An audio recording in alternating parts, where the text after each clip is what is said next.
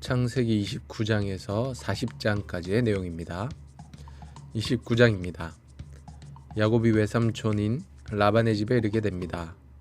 라반에게는 두 딸이 있었는데 야곱은 그중 둘째인 라헬을 사랑했습니다. 그래서 야곱은 라헬을 얻기 위하여 열심히 라반의 집에서 7년 동안이나 일을 했습니다. 그런데 라반이 야곱을 속이고 둘째인 라헬 대신에 첫째인 레아를 야곱에게 아내로 주었습니다. 이에 야곱은 분노하여 라반에게 따졌고 라반은 자신들의 전통을 운운하며 자신을 7년 더 섬기겠다고 약속하면 7일 후에 라헬을 아내로 주겠다고 말합니다. 어쩔 수 없죠. 그래서 야곱은 그렇게 약속을 하고 라헬도 아내로 맞이하게 됩니다. 라반은 레아와 라헬뿐만 아니라 그의 여종인 실바와 비라도 시녀로 함께 야곱에게 주었는데 이 4명의 여인들을 통하여서 12명의 아들들이 태어나게 됩니다. 이들이 곧 이스라엘의 12지파의 조상들이 됩니다. 30장입니다. 계속해서 야곱의 자녀들이 태어납니다. 자녀들이 태어나는 것은 참으로 복된 일이죠. 그런데 야곱의 집안에는 평안함이 없었습니다. 왜냐하면 레아와 라헬이 자녀를 낳는 문제로 서로 굉장히 심하게 경쟁을 했기 때문이죠. 결국 야곱은 12명의 아들들과 디나라는 딸을 얻습니다. 시간이 흘러 야곱은 라반에게 아버지의 집으로 돌아가겠다고 이야기를 하죠. 그러자 라반이 품삯을 줄 테니 조금 더 자신을 위해 일을 해달라고 합니다. 그렇게 품삯을 정하여 야곱은 6년 동안이나 더 라반을 섬기게 되고 하나님의 돌보심으로 야곱은 매우 번창하게 됩니다. 31장입니다. 이에 라반의 아들들이 야곱을 시기합니다. 야곱이 아버지인 라반의 소유를 다 빼앗아서 부자가 되었다고 생각을 하고 또 그렇게 모함을 한 것이죠. 이 이야기를 들은 라반도 의심의 눈으로 야곱을 바라보게 되고 이에 야곱은 가족들을 데리고 야반 도주를 합니다. 라반은 이 사실을 알고 야곱을 쫓아오지만 하나님께서 밤에 라반에게 형몽하여 선악간의 야곱을 책망하지 말라고 말하십니다. 왜냐하면 라반도 야곱의 품삯을 10번이나 바꾸는 악한 짓을 했기 때문이죠. 그래서 둘은 돌을 가져다가 무더기를 쌓고 서로 해하지 말자는 언약을 맺습니다. 참 안타까운 일입니다. 그죠? 왜냐하면 장인어른과 사위가 서로를 믿지 못하고 또 서로를 침해하지 말고 해하지 말라 그런 조약을 맺은 것이니까 참 안타깝고 말도 안 되는 그런 일이라고 할 수가 있습니다. 32장입니다. 야곱이 다시 길을 떠나는데 여전히 마음에 큰 짐이 있었습니다. 바로 형 에서 때문이죠.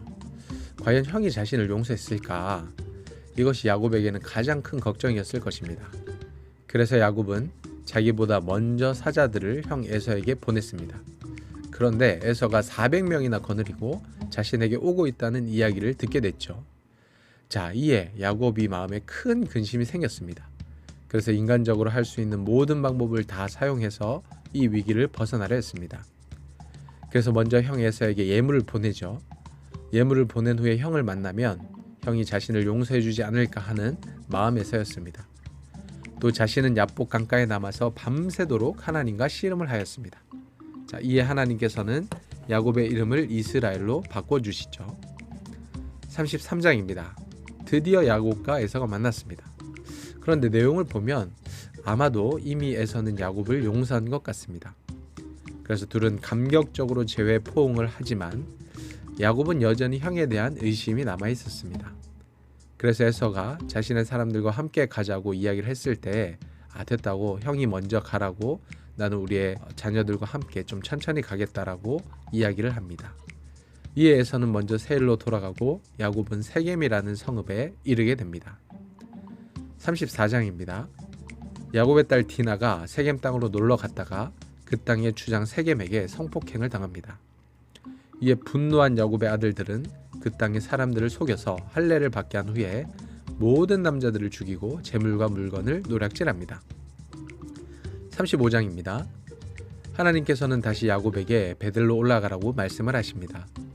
이에 야곱은 자기와 함께한 모든 사람들에게 우상을 버리고 스스로를 정결하게 한 후 베들로 올라가자고 이야기를 합니다.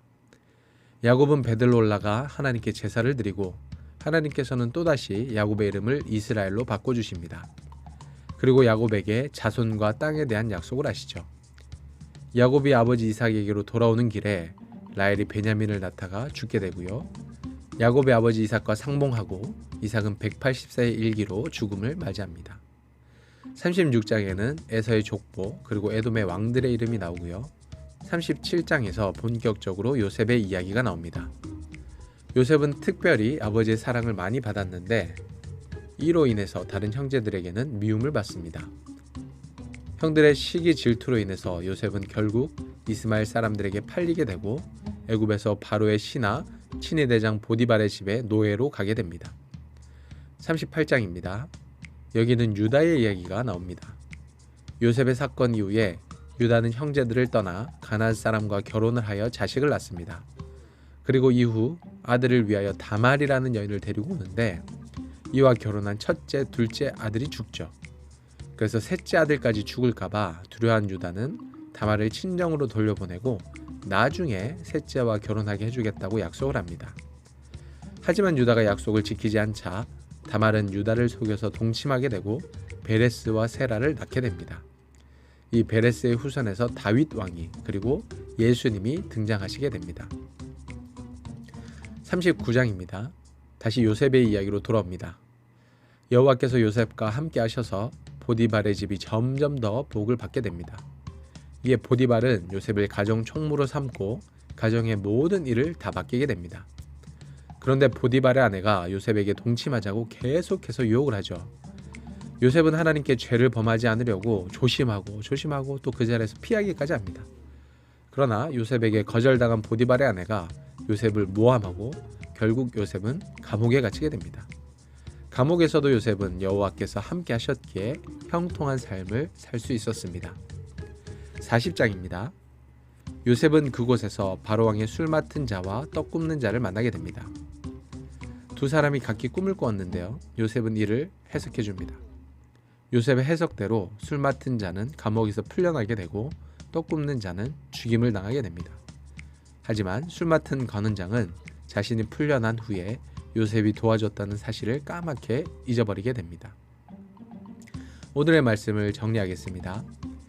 야곱은 참 삶의 우여곡절이 많았던 사람입니다. 형의 장자권과 축복을 빼앗는 바람에 형에게 죽음의 위협을 당해 하란으로 도망갔고 자신의 아내들이 서로 시기하여 경쟁하듯 자식을 낳았고 다시 고향으로 돌아오는 길에서도 매우 큰 어려움을 겪었습니다. 어찌 보면 야곱이 욕심을 부려서 그런 것이라 당해도 싸다라고 생각할 수도 있습니다. 그러나 그런 야곱도 하나님께서는 외면하지 않으시고 함께 하시며 지켜주십니다. 반면 요셉은 참 형통한 사람이었습니다. 그의 인생에서 어려운 상황에 처할 때가 많았지만 여호와 하나님께서 함께 하시니 노예의 신분이든 죄수의 신분이든 상관없이 형통한 삶을 살았습니다. 요셉 역시도 하나님과 동행하기 위해 노력하며 죄를 멀리하는 삶을 살았습니다. 이와 같이 형통이란 내가 어떤 환경에 있느냐의 문제가 아니라 하나님이 나와 함께하고 계시는가의 문제입니다. 아무리 좋은 환경에서 살아간다고 해도 하나님이 함께 하시지 않으면 그 사람은 형통한 것이 아닙니다. 반면에 환경이 아무리 나빠도 그곳에서 하나님과 동행하고 있다면 그 사람은 형통한 것입니다. 왜냐하면 하나님께서 함께 하시며 지키시고 그의 앞길을 인도하시기 때문입니다. 자, 이러한 내용을 기억하시면서 또 오늘의 말씀을 읽어보도록 하겠습니다.